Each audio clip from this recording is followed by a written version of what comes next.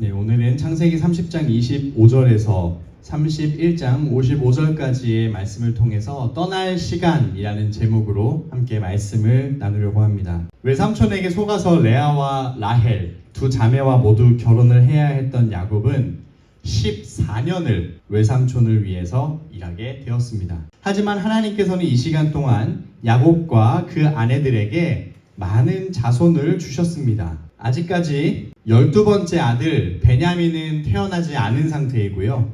11번째 아들인 요셉이 태어났습니다. 그들은 장차 이스라엘의 12지파가 될 사람들이었습니다. 14년을 다 채운 야곱은 이제 라반에게 자신의 뜻을 말합니다. 30장 25절 26절에 라헬이 요셉을 낳은 후 야곱이 라반에게 말했습니다. 이제 저를 보내주십시오.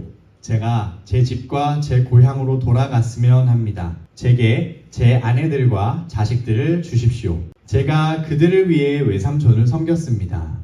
이제 저는 그만 떠나야겠습니다. 외삼촌은 제가 외삼촌을 위해서 얼마나 일했는지 아십니다. 야곱은 베델에서 만난 하나님을 기억하고 있었습니다. 그리고 그는 아브라함과 자기 아버지 이삭과 자신에게 주신 하나님의 언약을 기억하고 있었습니다. 그리고 사랑하는 부모님도 보고 싶었습니다. 그는 이제 이곳 밧단 아람을 떠나 가나안 땅으로 다시 돌아가고 싶어졌습니다. 하지만 라반은 그를 보내고 싶었을까요? 아니죠.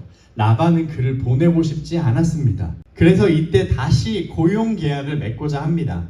14년간 자신의 재산이 아니라 삼촌만을 위해 일했던 야곱은 이제는 흥정할 수 있는 상황이 되었습니다. 그래서 야곱은 이렇게 제안합니다. 외삼촌을 위해서 일하는 동안에 다른 아무것도 주지 않아도 괜찮으니 얼룩이나 점이 있는 양, 검은 양, 그리고 얼룩이나 점이 있는 염소를 다 자신의 것으로 달라고 하였습니다. 라반이 좋아했을까요? 안 좋아했을까요? 이 제안을 라반은 너무 좋아했고 아마 속으로 기뻐서 소리를 질렀을 것입니다. 그리고 너무 좋아서 계약을 그 자리에서 바로 맺었습니다. 그리고 라반이 어떤 행동을 했냐면요. 얼룩이나 점이 있는 모든 양과 염소를 다 골라서 아들들에게 주고요. 3일 정도 가야 하는 아주 먼 곳으로 양들을 분리했습니다. 그럼 야곱에게 남은 양들은 어떤 양들일까요? 하얀 양들, 순수한 색깔의 염소들만 남았습니다. 야곱은 얼룩이나 점이 전혀 없는 라반의 양과 염소를 지금 돌봐야 합니다. 하지만 하나님께서는 야곱을 돌보셨습니다. 건강한 양과 염소가 새끼를 낳으면 얼룩이나 점이 있는 것으로 태어났습니다. 그리고 약한 양과 염소가 새끼를 낳으면 얼룩이나 점이 없이 태어났습니다. 야곱은 이 건강한 가축들이 라반의 가축과 섞이지 않도록 잘 분리해서 관리했습니다. 이렇게 시간이 지나면 지날수록 튼튼한 짐승들은 야곱의 것이 되었고 그의 재산은 계속해서 늘어나고 이제 남종들과 여종 그리고 낙타와 나귀들까지 소유하게 되었습니다. 이제 본격적인 갈등이 이제부터 시작됩니다. 창세기 31장 1절에서 2절을 보면 이렇게 말씀하고 있습니다. 야곱은 라반의 아들들이 하는 말을 듣게 되었습니다. 야곱이 우리 아버지의 것을 다 빼앗아 갔다.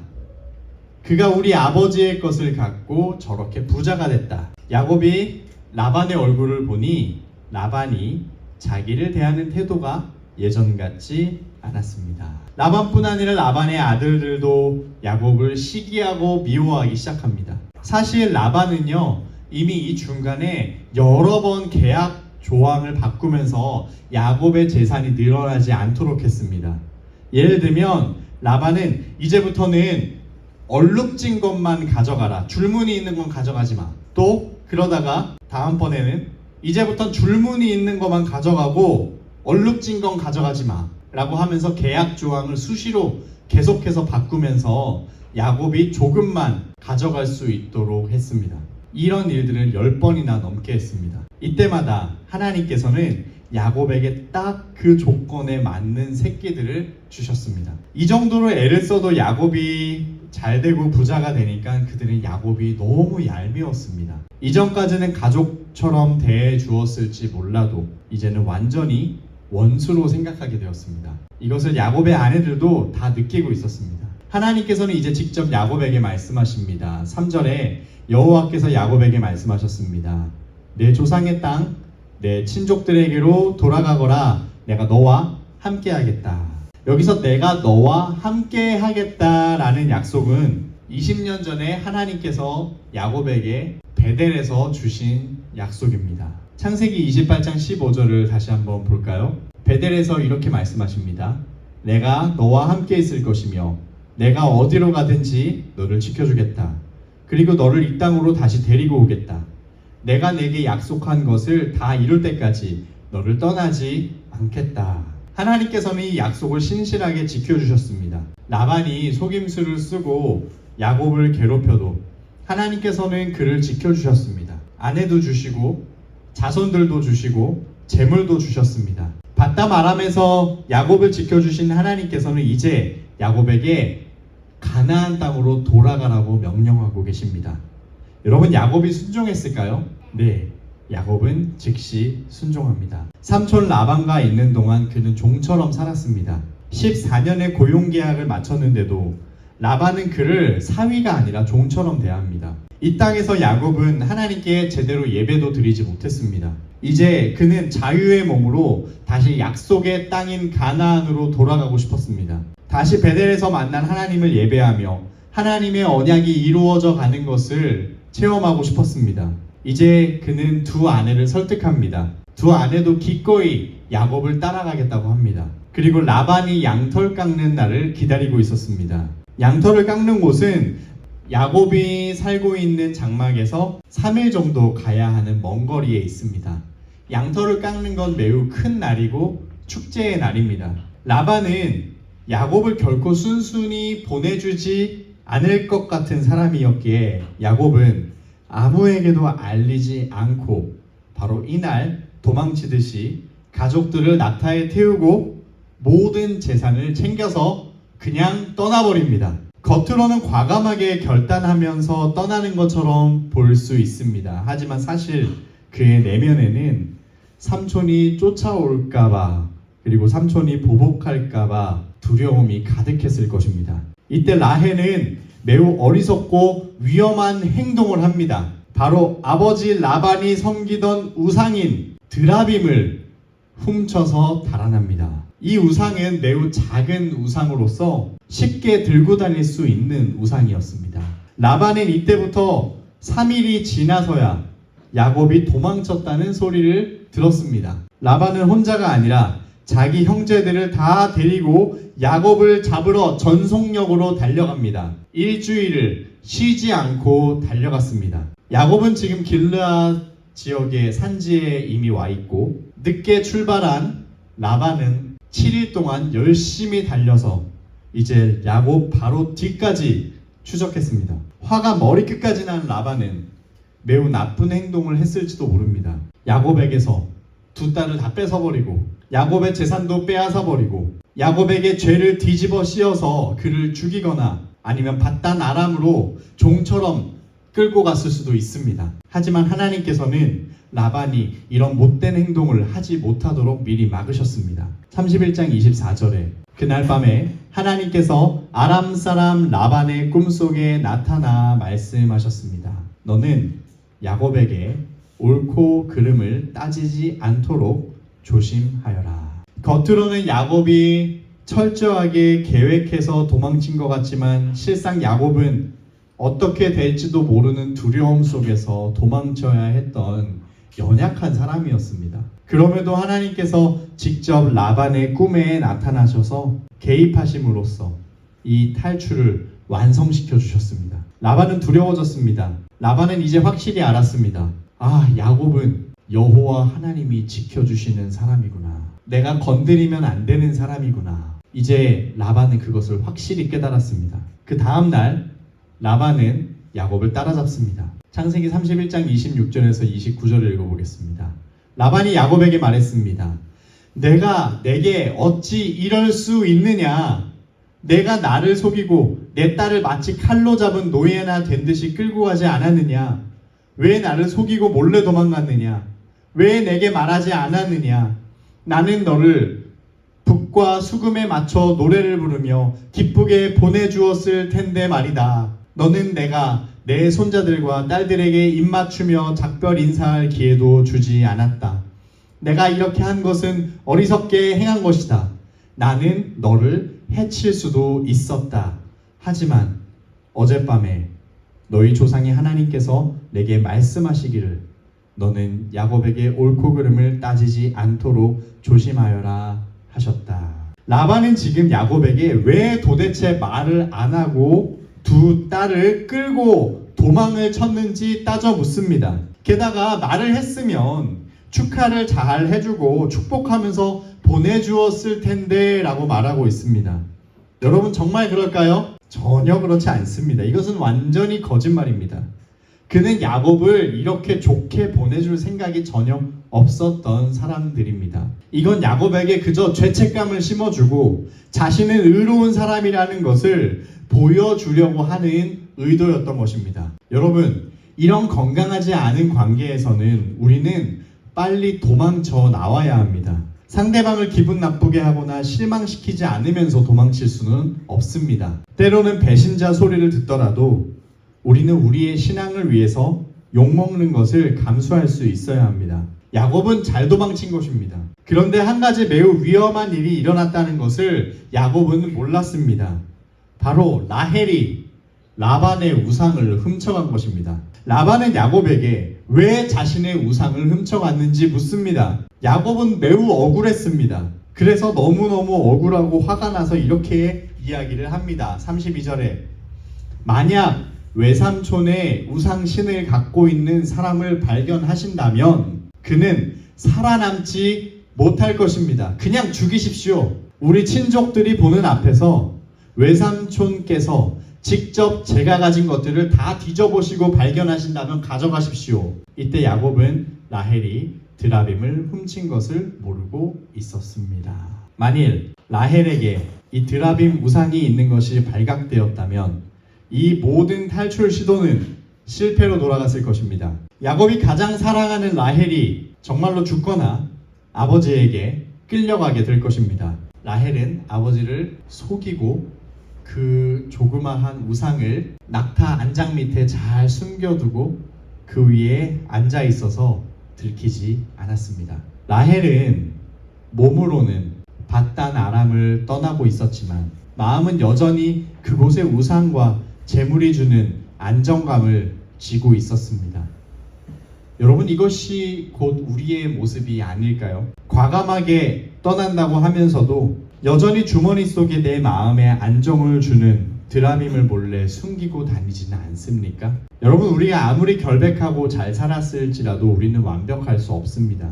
진짜 안 한 것을 안 했다고 하고 한 것은 했다고 말하면 됩니다. 그런데 야곱처럼 우리가 잘 모르는 것조차도 마치 확실히 아는 것처럼 맹세하거나 우기기 시작할 때 아주 난처한 상황을 겪게 될 수도 있습니다. 특히 거짓을 말하는 경우엔 더욱 그렇습니다. 하지만 야곱의 무지에도 불구하고 하나님의 은혜로 야곱은 위기에서 벗어났습니다. 하지만 라헬의 일을 모르고 있던 야곱은 너무도 화가 났고 지금까지 라반에게 서운했던 모든 일을 라반에게 다 쏟아놓습니다. 그 이야기는 다 맞는 말이었습니다. 하지만 라반은 미안하다는 말은 한마디도 하지 않고 궁색하게도 자신도 야곱에게 따집니다. 그러면서 야곱에게 갑자기 언약을 맺자고 합니다. 물론 언약의 내용은 라반에게 유리한 내용이 많았습니다. 어떤 내용이었냐면요, 야곱은 레아와 라헬 외에는 다른 여자와 결혼하지 않아야 하고 또 이 두 아내를 학대하면 안 되고 잘 돌봐줘야 했습니다. 그리고 서로가 이곳을 넘어가서 공격하는 일이 없도록 하자는 조약이었습니다. 언약을 맺었을까요? 네, 야곱은 언약을 맺었습니다. 두 사람은 함께 언약을 맺습니다. 그리고 다음날 아침 일찍 라반은 자신의 두 딸과 손자, 손녀들에게 입을 맞추고 그들에게 복을 빌고 떠났습니다. 이제 라반은 더 이상 야곱의 길을 막을 수 없습니다. 야곱은 이제 약속의 땅으로 들어갑니다. 하나님께서 그를 20년간 지켜주셨고 앞으로도 지켜주실 것입니다. 말씀을 마치겠습니다. 야곱은 라반과 지내며 매우 어려운 시기를 보냈습니다. 하지만 동시에 아내를 얻고 자손도 낳았습니다. 그리고 그는 떠나야 할 때 과감하게 떠났습니다. 야곱은 베델에서 만난 하나님을 다시 만나고 예배하고 싶었습니다. 라반은 절대 안 보내주려고 했지만 하나님께서는 야곱이 떠날 수 있도록 지켜주셨습니다. 여러분, 우리의 삶에서도 우리의 영혼을 병들게 만드는 관계나 상황을 만날 수 있습니다. 그런 것들로 하나님과 우리가 멀어진다고 느껴질 때 우리는 과감하게 그 자리를 떠나야 합니다. 과감하게 관계를 멀리해야 합니다. 과감하게 죄악된 환경에서 벗어나야 합니다. 여러분, 스마트폰이 여러분을 자꾸 죄짓게 만든다면 여러분 스마트폰을 계속 여러분 손에 들고 있으면 안 됩니다. 계속 여러분 가까이에 두고 있으면 안 됩니다. 가급적이면 여러분의 손에서 멀리 스마트폰을 두고 살아야 합니다. 과감하게 죄악된 환경에서 벗어나야 합니다. 스크린 타임을 제한해야 합니다. 계속해서 스마트폰을 열어보는 습관을 버려야 합니다. 어떤 사람이 여러분의 신앙을 자꾸만 멀어지게 만들고 여러분의 인격을 무시하고 있다면 여러분들은 그 관계에서 벗어나야 합니다. 우리가 살다 보면 우리를 힘들게 하는 사람들이 있습니다. 힘들게 하는 직장 상사, 집주인, 교회 지도자, 친구, 동료들은 우리를 힘들게 하면서도 그 어떤 누구도 자신이 나쁜 사람이기 때문에 그렇게 한다고 말하지 않습니다. 대부분의 사람들은 내가 너한테 얼마나 잘해줬는데 너는 이렇게 나를 나쁜 사람으로 만드니? 라고 말합니다. 물론 부분적으로 그들이 우리에게 잘해준 것이 있을 수 있습니다. 하지만 그것과는 별개로 우리의 인격을 무시하고 우리를 이용해 먹고 우리를 착취하는 경우도 있습니다. 그리고 어떤 관계는 우리로 하여금 계속 죄를 짓도록 유혹할 수 있습니다. 우리가 하지 않겠다고 말을 했음에도 불구하고 계속해서 우리에게 죄를 짓도록 요구하는 사람들이 있습니다. 때로는 어떤 사람들은 우리가 믿고 있는 하나님보다 오히려 자신들이 우리에게 더 큰 영향력을 주는 존재가 되고 싶어 합니다. 그래서 우리가 하나님의 말씀을 듣는 것보다 자신들의 말을 듣는 것을 더 원하는 사람들이 있습니다. 우리는 이런 관계에서 최대한 멀어져야 합니다. 하지만 여러분, 오해를 하시면 안 됩니다. 우리가 이런 관계를 떠나는 궁극적인 목적인 단순히 나의 정서적 안정과 나의 편안함을 위해서가 아닙니다. 때로는 하나님께서 힘든 상황 가운데 우리를 두실 때가 있고요. 원수 같은 사람을 우리가 사랑하도록 훈련시킬 때가 있습니다. 우리가 불편한 관계를 계속해서 피해야 한다는 의미는 아닙니다. 야곱이 베델로 가려고 했던 것처럼 우리가 관계의 굴레를 벗어나 떠나야 하는 진짜 이유는 바로 하나님을 온전히 예배하기 위함이고 하나님을 더 잘 섬기기 위함입니다. 또한 우리가 떠나야 하는 가장 중요한 이유는 바로 예수님과의 관계입니다. 예수님을 알아가는 데 방해가 되는 것으로부터 우리는 과감하게 떠날 수 있어야 합니다. 빌립보서 3장 7절에서 8절 말씀은 그러나 내게 유익하던 것들은 나는 그리스도 때문에 다 해로운 것으로 여깁니다. 내가 참으로 모든 것을 해로 여기는 것은 내 주 그리스도 예수를 아는 지식이 가장 고상하기 때문입니다. 그분으로 인해 내가 모든 것을 잃어버리고 심지어 배설물로 여기는 것은 내가 그리스도를 얻고 라고 말씀하고 있습니다. 야곱이 억압적인 상황과 자신의 두려움 속에서도 하나님의 주권적인 은혜로 가나안 땅에 돌아갈 수 있었듯이 우리 역시 우리의 의지력과 우리의 지혜만으로는 죄의 그리고 우상의 사슬을 완전히 끊을 수는 없습니다. 그래서 예수님께서 친히 이 땅에 오신 것입니다. 십자가에서 우리의 모든 죄와 우상의 사슬을 끊으시고 우리를 진정으로 해방시켜 주신 예수님의 구원의 은혜가 우리를 붙들고 있습니다.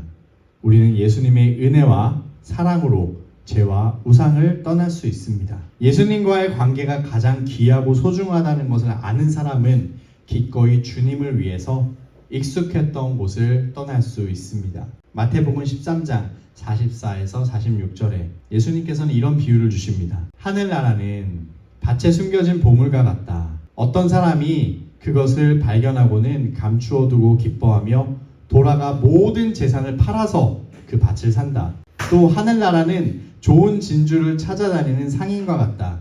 그는 값진 진주를 발견하고 돌아가 모든 재산을 팔아서 그것을 산다. 여러분, 지금 여러분을 하나님으로부터 멀어지게 만드는 것은 무엇입니까? 여러분이 예배드리지 못하게 하는 것은 무엇입니까? 여러분이 예수님의 사랑을 누리지 못하게 만드는 것이 무엇입니까? 이제 그곳에서 떠나시기를 바랍니다. 그리고 오늘 이 시간 떠난다고 하면서도 여전히 내 품에 몰래 숨겨둔 드라빔이 있다면 십자가 앞에 모두 내려놓으시기를 바랍니다. 예수님께서 여러분과 늘 함께 하시며 지켜주심을 믿으시기를 바랍니다. 아멘. 하나님 아버지, 예수 그리스도께서 우리를 거룩하게 살게 만드시려고, 하나님의 순결한 백성이 되게 하시려고 이 땅에 오셔서 십자가에 죽으셨고 우리를 구원하셨습니다. 우리가 이 땅에 살아갈 때 우리가 하나님께 온전히 예배하지 못하게 하는 것들, 우리가 하나님의 말씀을 순종하지 못하게 만드는 것들이 있습니다. 그것이 죄의 유혹일 수도 있고, 또 우리가 섬기고 있는 우상일 수도 있고, 또한 우리를 계속해서 미끄러지게 만들고 죄로 넘어지게 만드는 건강하지 못한 관계일 수도 있습니다. 아버지, 우리가 그것들로부터 벗어날 수 있도록 우리에게 힘 주시옵소서. 우리가 그 죄의 자리에서 일어나 도망치려고 할 때 우리를 지켜주시고 우리에게 힘 주시고 용기 주시고, 그래서 오직 그리스도만 바라보면서 죄에서 떠나게 하여 주시옵소서. 그래서 오직 그리스도만 붙잡고 그리스도만을 소유하며 그리스도만으로 기뻐하고 감사하는 저희가 되게 하여 주시옵소서. 이 모든 말씀 우리 주 예수님의 이름으로 기도합나이다.